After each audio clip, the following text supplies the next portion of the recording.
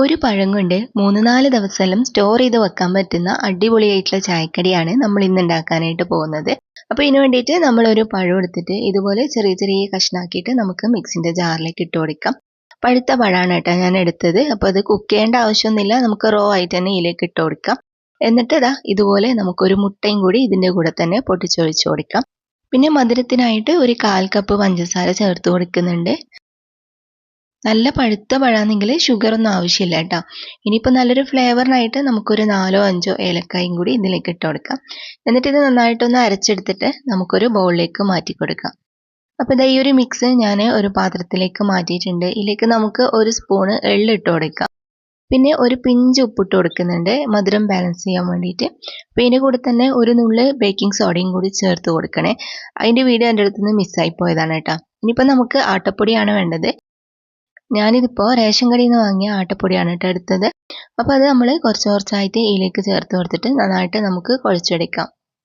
ആട്ടപ്പൊടിക്ക് പ്രത്യേകിച്ച് അളവും കാര്യങ്ങളൊന്നും ഇല്ല കേട്ടോ. നിങ്ങൾ ഇതുപോലെ കുറച്ചായിട്ട് ചേർത്തിട്ട് കുഴച്ചെടുത്താൽ മതി. നമ്മൾ ചപ്പാത്തിക്കെല്ലാം കുഴക്കുന്നില്ലേ, ആ ഒരു പരുവത്തിലാണ് കേട്ടോ നമ്മൾ കുഴച്ചെടുക്കേണ്ടത്. അപ്പോൾ ഇത് റെഡി ആയിട്ടുണ്ട്. ഇനിയിപ്പോൾ നമുക്കിതൊന്ന് പരത്തിയെടുക്കാം. കൗണ്ടർ ടോപ്പിലിട്ടിട്ട് നമുക്കിത് പരത്തിയെടുക്കാൻ വേണ്ടി തുടങ്ങാം. പരത്തുമ്പം പിന്നെ നൈസായിട്ടൊന്നും പരത്തണ്ട, കുറച്ച് കട്ടിയിലാണ് കേട്ടോ വേണ്ടത്.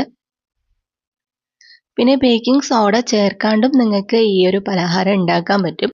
പക്ഷേ നമുക്ക് ആ ബേക്കിംഗ് സോഡ ചേർത്തതിൻ്റെ ആ ഒരു പെർഫെക്ഷന് കിട്ടൂല കേട്ടോ.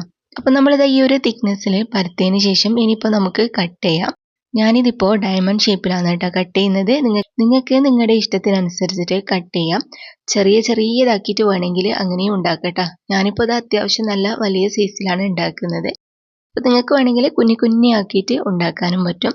അപ്പോൾ ഇതുപോലെ നമ്മൾ ആക്കിയതിന് ശേഷം നമുക്ക് ചെറുതായിട്ടൊന്ന് കട്ട് ചെയ്ത് കൊടുക്കാം. അപ്പോൾ ഇതുപോലെ ഞാൻ കട്ട് ചെയ്ത് കൊടുക്കുന്നുണ്ട്. ഇതുപോലത്തെ ഷേപ്പ് തന്നെ വേണമെന്നൊന്നുമില്ല, നിങ്ങൾക്ക് വേണമെങ്കിൽ ചെറിയ ബോൾ ഷേപ്പിൽ വേണമെങ്കിലും ആക്കിയെടുക്കാൻ പറ്റും. അപ്പോൾ നമ്മൾ എല്ലാം റെഡിയാക്കിയിട്ട് നമുക്കിനി ഫ്രൈ ചെയ്യാൻ വേണ്ടിയിട്ട് തുടങ്ങാം. ഓയിൽ നല്ലോണം ചൂടാക്കിയിട്ട് ഓരോന്നോരോന്നായിട്ട് നമുക്ക് എണ്ണയിലേക്ക് ഇട്ട് കൊടുക്കാം. എണ്ണയിലിട്ടിട്ട് കുറച്ച് സമയം കഴിയുമ്പോൾ തന്നെ നല്ലോണം പൊന്തി വരും. പിന്നെ നിങ്ങൾ ലോ ഫ്ലെയിമിൽ തന്നെ വെച്ച് കൊടുക്കണേ, എന്നാൽ മാത്രമേ ഇതിൻ്റെ ഉൾഭാഗമെല്ലാം നല്ലോണം കുക്കായിട്ട് വരുള്ളൂ. അപ്പോൾ ഇടയ്ക്കിടയ്ക്ക് നമ്മൾ ഇതുപോലെ ഇങ്ങനെ തിരിച്ചു മറിച്ചിലിട്ട് കൊടുക്കാം. എല്ലാ സൈഡും നമ്മൾ ഒരുപോലെ ഫ്രൈ ചെയ്തിട്ട് എടുക്കാം. അപ്പോൾ ഇത് കണ്ടോ, ഇത് റെഡി ആയിട്ടുണ്ട്. ഇനി നമുക്കിത് കോരി മാറ്റാം. അപ്പം നമ്മുടെ പലഹാരം നമുക്കിത് അടിപൊളിയായിട്ട് റെഡിയായിട്ട് കിട്ടിയിട്ടുണ്ട്. ഇതുപോലെ തന്നെ നമ്മൾ ബാക്കിയുള്ളതെല്ലാം റെഡിയാക്കിയിട്ട് എടുക്കാം.